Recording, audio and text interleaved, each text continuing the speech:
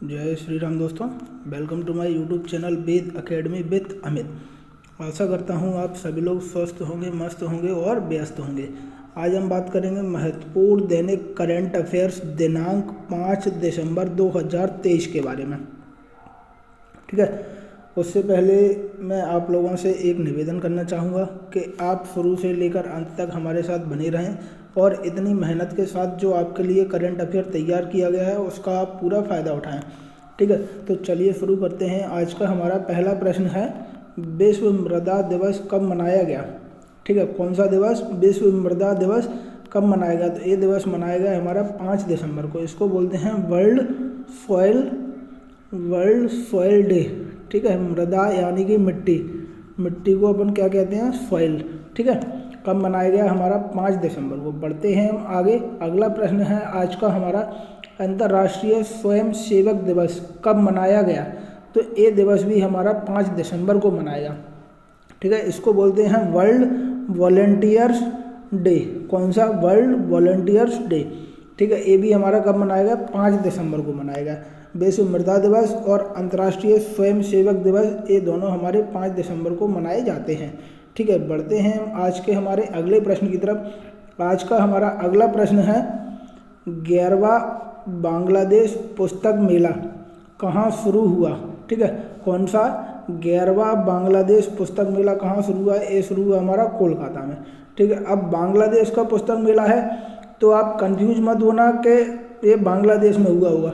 ठीक है, इसका नाम है 11वां बांग्लादेश पुस्तक मेला और ये कहाँ आयोजित होता है? ये आयोजित होता है कोलकाता में। बढ़ते हैं हम आज के अगले प्रश्न की तरफ। आज का अगला प्रश्न है हमारा, इंडिया बिजनेस लीडर अवार्ड्स में, ठीक है, किसमें? इंडिया बिजनेस लीडर अवार्ड्स में किसे सम्मानित किया गया? तो इसमें सम्मानित किया गया इसरो और टीम चंद्रयान 3 को। मतलब कि इसरो और चंद्रयान 3 की जो टीम थी ना, उसको इंडिया बिजनेस लीडर अवार्ड्स में सम्मानित किया गया। पेपर में प्रश्न आया आपके लिए, या तो पेपर में डायरेक्ट ऐसा प्रश्न आएगा, इंडिया बिजनेस लीडर अवार्ड्स में किसे सम्मानित किया गया, तब आप लगाएंगे इसरो और टीम चंद्रयान 3 को, चंद्रयान 3 की टीम को। या फिर पेपर में प्रश्न आया, इसरो और टीम चंद्रयान 3 को कहाँ सम्मानित किया गया या किससे सम्मानित किया गया, तब आप लगाएंगे इंडिया बिजनेस लीडर अवार्ड से। बढ़ते हैं हम आज के अगले प्रश्न की तरफ। आज का अगला प्रश्न है हमारा, ALT एनवायरमेंट फिल्म फेस्टिवल पुरस्कार किस फिल्म ने जीता है? कौन सा? ALT एनवायरमेंट फिल्म फेस्टिवल पुरस्कार किस फिल्म ने जीता है? ये जीता है डीप राइजिंग ने। ठीक है, डीप राइजिंग फिल्म ने ALT एनवायरमेंट फिल्म फेस्टिवल पुरस्कार 2023 जीता है। अब ये पुरस्कार किसके लिए दिया जाता है? ये पुरस्कार ALTEFF सिनेमा के लेंस के माध्यम से बड़े पैमाने पर जलवायु परिवर्तन और पर्यावरण के अनिवार्य विषयों पर ध्यान केंद्रित करता है। ठीक है, ALT एनवायरमेंट फिल्म फेस्टिवल पुरस्कार का संबंध किससे है? जलवायु परिवर्तन और पर्यावरण के अनिवार्य विषयों से संबंधित है। ठीक है, इतना हमें याद रखना है। बढ़ते हैं हम आज के अगले प्रश्न की तरफ। आज का अगला प्रश्न है हमारा, 23 या 23वीं विश्व कांग्रेस में ISSA विजन 0 2023 पुरस्कार किसने जीता है? तो ये पुरस्कार जीता है ESIC नामक संस्था ने, और इस संस्था की फुल फॉर्म क्या है? कर्मचारी राज्य बीमा निगम ने। ठीक है, क्या प्रश्न था हमारा? 23वीं विश्व कांग्रेस में ISSA विजन 0 2023 पुरस्कार किसने जीता है? तो ये जीता है कर्मचारी राज्य बीमा निगम ने। या तो आपको हिंदी में दिया रहेगा कर्मचारी राज्य बीमा निगम, या फिर आपको दिया रहेगा ESIC। ठीक है, बढ़ते हैं हम अगले प्रश्न की तरफ। आज का अगला प्रश्न है हमारा, बंगाल की खाड़ी में उठा शक्तिशाली चक्रवात मिचोंग, ठीक है, भारत में किस तट से टकराएगा? तो भारत में ये आंध्र प्रदेश और तमिलनाडु के तटों से टकराएगा। कौन सा? चक्रवात मिचोंग या साइक्लोन मिचोंग। पेपर में प्रश्न आएगा आपके लिए, साइक्लोन मिचोंग भारत के किन राज्यों से टकराया? तो आंध्र प्रदेश और तमिलनाडु। अब पेपर में प्रश्न आया, चक्रवात मिचोंग या साइक्लोन मिचोंग कहाँ से उठा था? तो आप लगाएंगे बंगाल की खाड़ी से।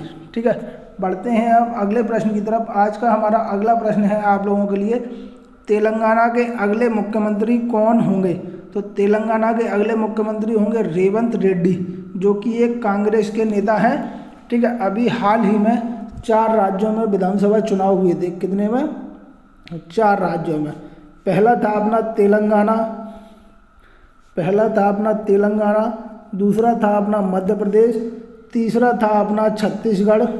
कौन सा था अपना तीसरा था हमारा छत्तीसगढ़, और चौथा था हमारा राजस्थान, जिसमें से एकमात्र तेलंगाना राज्य में कांग्रेस की सरकार बनी है। ठीक है, बाकी मध्य प्रदेश में बीजेपी, छत्तीसगढ़ में बीजेपी और राजस्थान में बीजेपी ने पूर्ण बहुमत प्राप्त किया है। ठीक है, तो तेलंगाना में कांग्रेस की सरकार बनी है। तो तेलंगाना के अगले सीएम कौन होंगे? रेवंत रेड्डी, जो कि कांग्रेस के हैं। ठीक है, अभी मध्य प्रदेश, छत्तीसगढ़ और राजस्थान के जो सीएम होंगे उनका ऐलान नहीं हुआ है कि कौन होंगे अगले सीएम। ठीक है, वो तो आने वाले समय में हमें पता चल ही जाएगा। वो भी आपके लिए पेपर में प्रश्न इंपोर्टेंट हो जाएंगे, वो भी आपको यहाँ पे मिल जाएंगे। ठीक है, बढ़ते हैं हम अगले प्रश्न की तरफ। आज का हमारा अगला प्रश्न है आप लोगों के लिए, ऑक्सफोर्ड डिक्शनरी ने वर्ष 2023 के लिए वर्ड ऑफ द ईयर के रूप में किस शब्द को चुना है? ठीक है, वेरी मोस्ट इम्पोर्टेंट प्रश्न है आज का। कैसा है? Very most important.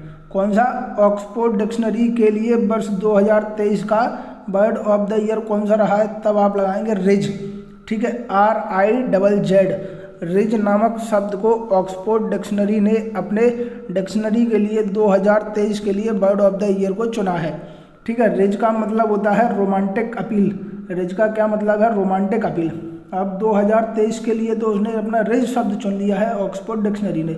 अब 2022 में ऑक्सफोर्ड ने गॉबलिन मोड नामक शब्द को वर्ड ऑफ द ईयर के रूप में चुना था। कौन सा?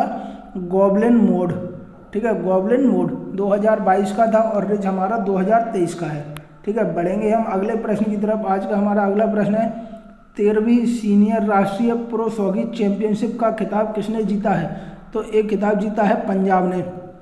पंजाब ने 13वीं सीनियर राष्ट्रीय पुरुष हॉकी चैंपियनशिप का खिताब जीता है। ठीक है, याद रखेंगे हम। बढ़ेंगे अगले प्रश्न की तरफ। आज का हमारा अगला प्रश्न है, रेलवे ने हाथियों को बचाने के लिए कौन सी सुरक्षा प्रणाली लॉन्च की है? तो ये सुरक्षा प्रणाली का नाम है गजराज सुरक्षा कवच। ठीक है, पेपर में प्रश्न आएगा आपके लिए, गजराज सुरक्षा कवच का संबंध किससे है? तो रेलवे के द्वारा हाथियों को बचाने के लिए शुरू की गई सुरक्षा प्रणाली से। ठीक है, पेपर में ऐसे प्रश्न आएगा, रेलवे ने हाथियों को बचाने के लिए कौन सी सुरक्षा प्रणाली लॉन्च की है? तब आप लगाएंगे गजराज सुरक्षा कवच। ठीक है, याद रखेंगे हम। बढ़ेंगे अगले प्रश्न की तरफ। आज का हमारा अगला प्रश्न है, ऑनलाइन सुरक्षा और डिजिटल नागरिकता के बारे में छात्रों और शिक्षकों के बीच जागरूकता बढ़ाने के लिए कर्नाटक सरकार ने किस कंपनी के साथ सहयोग किया है? तो कर्नाटक ने सहयोग किया है मेटा के साथ। ठीक है, मेटा के साथ, जिसका क्या है, यूट्यूब है, फेसबुक है, इंस्टाग्राम है आदि, इसके वो हैं प्लेटफॉर्म। तो मेटा के साथ कर्नाटक सरकार ने सहयोग किया है। बढ़ेंगे हम अगले प्रश्न की तरफ। आज का हमारा अगला प्रश्न है, भारत की सबसे सस्ती सैनिटरी पैड वेंडिंग मशीन, ठीक है, का आविष्कार किसने किया है? तो इसका आविष्कार किया है आश्रय सेठ ने, जो कि लखनऊ के हैं। ठीक है, ये भी हमारे लिए पेपर की दृष्टि से वेरी मोस्ट इम्पोर्टेंट प्रश्न हो जाता है, क्योंकि इसका आविष्कार भारत में हुआ है। ठीक है, भारत में आविष्कार हुआ है, इसीलिए हमारे लिए इम्पोर्टेंट हो जाता है। क्या प्रश्न था हमारा? भारत की सबसे सस्ती सैनिटरी पैड वेंडिंग मशीन का आविष्कार किसने किया है? तो आश्रय सेठ ने, जो कि लखनऊ के थे। ठीक है, आज का हमारा करंट अफेयर पूरा हुआ। इसी के साथ आशा करता हूँ आप सभी लोगों को करंट अफेयर अच्छा लगा है। अगर आपको करंट अफेयर अच्छा लगा है तो प्लीज़ चैनल को लाइक कीजिए, शेयर कीजिए और सब्सक्राइब कीजिए, और ऐसे ही बने रहिए हमारे साथ डेली करंट अफेयर के लिए। मिलते हैं कल नए करंट अफेयर के साथ, तब तक अपना ध्यान रखिए और इसको याद रखिए। ठीक है, मिलते हैं कल। बहुत बहुत धन्यवाद।